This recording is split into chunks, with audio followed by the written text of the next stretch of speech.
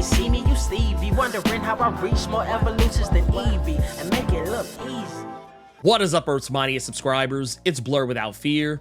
Welcome back to the channel. All right, today's video, we're going to be talking about Avengers Twilight number 3, written by Chip Zdarsky with art by Daniel Acuna. So we learned the truth about James Stark this issue and the reason that he was using Tony's mind to create the Iron Man armors and drones that he was making before, because technically what he was doing, those armors that he was using for the Iron Cops, those weren't traditional Iron Man armors, and the other armors we saw him make, these were drones. They weren't meant to be piloted.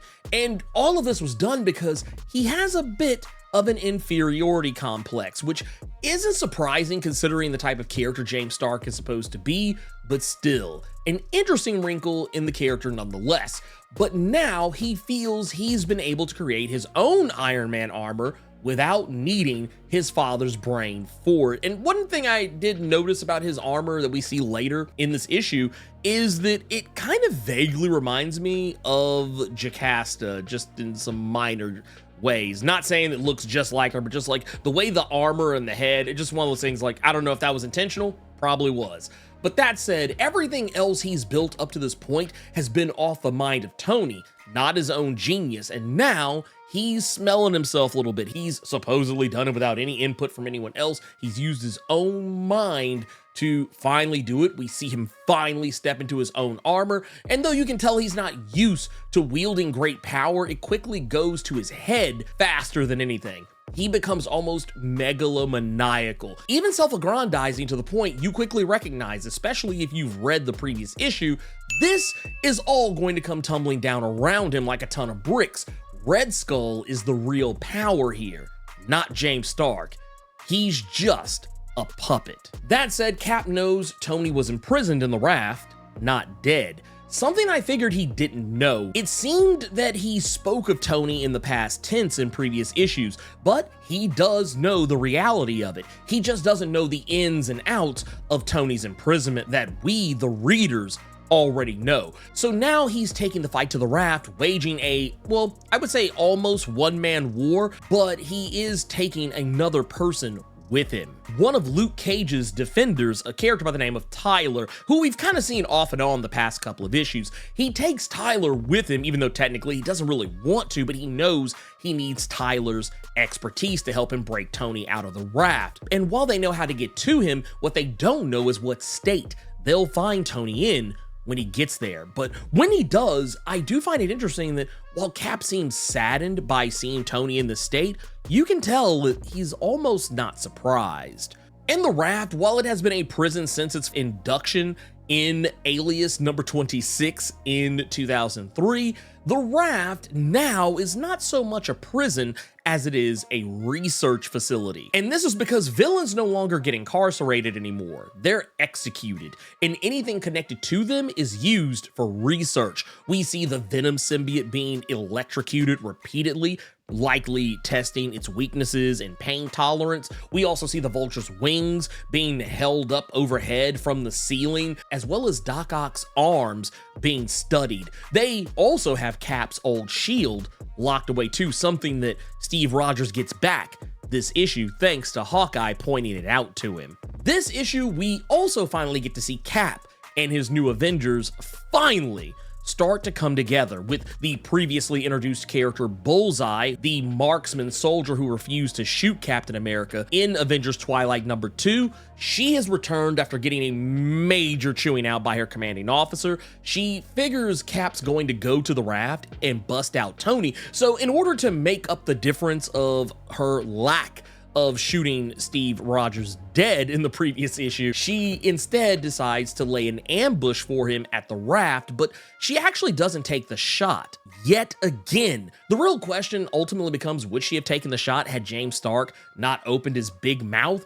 but she winds up picking a side regardless. She doesn't sound like the type of person who'd follow a Captain America. She seems quite dismissive of the idea of superheroes when we're first introduced to her in Avengers Twilight #2. She does have a lot of tattoos that would say otherwise. Maybe there is some level of respect for heroes in there somewhere that maybe used to exist until she joined the military, or before all the heroes were wiped out. Maybe there was something there, and maybe Cap was able to reach it on some level, but she's no longer Bullseye, as Cap this issue dubs her Hawkeye instead. One other thing I find interesting about Hawkeye in this issue is one of the things that her commanding officer says to her when she's questioned why she didn't shoot Captain America in the previous issue. She says, because he wasn't armed. I don't shoot unarmed civilians, sir. And I find that part really interesting and kind of tells a lot about her character, because her commanding officer basically chews her out for her, saying that he's the most dangerous man of them all. And while granted, yes, he's talking about how, you know, he has the super soldier serum, he's a superhero, of course, he's Captain America, he's dangerous. But the reason why he's dangerous is not exactly that. Yeah, sure, he's one of the most dangerous military assets ever created, but the thing he really cites, and I quote, says his head is full of fucking delusions and cotton candy dreams of what he thinks the world should be and what the flag he wears should represent. And that, Marine, that's what makes him dangerous. And what's so funny about that is it's actually a pretty realistic way to view a person who is as patriotic as Captain America. But what you should find so dangerous about this sentiment is not just the fact that he's saying these things because Captain America is actually telling the truth. It's because he believes everything that James Stark is selling and thinks that everything Captain America is talking about is a lie.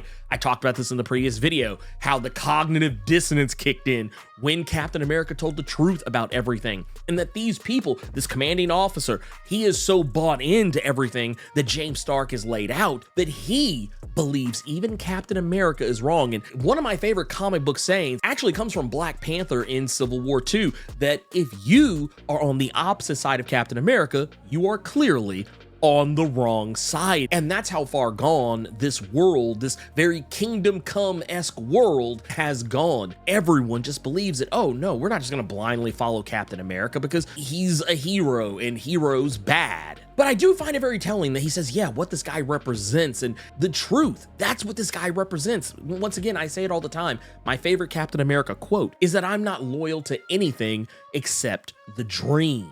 And all of this is very indicative of that. And dreams are dangerous to people in power. And that's what this guy is afraid of. And that's what James Stark is afraid of. He's afraid of someone who knows the truth, who stands in their truth, who has real power in that.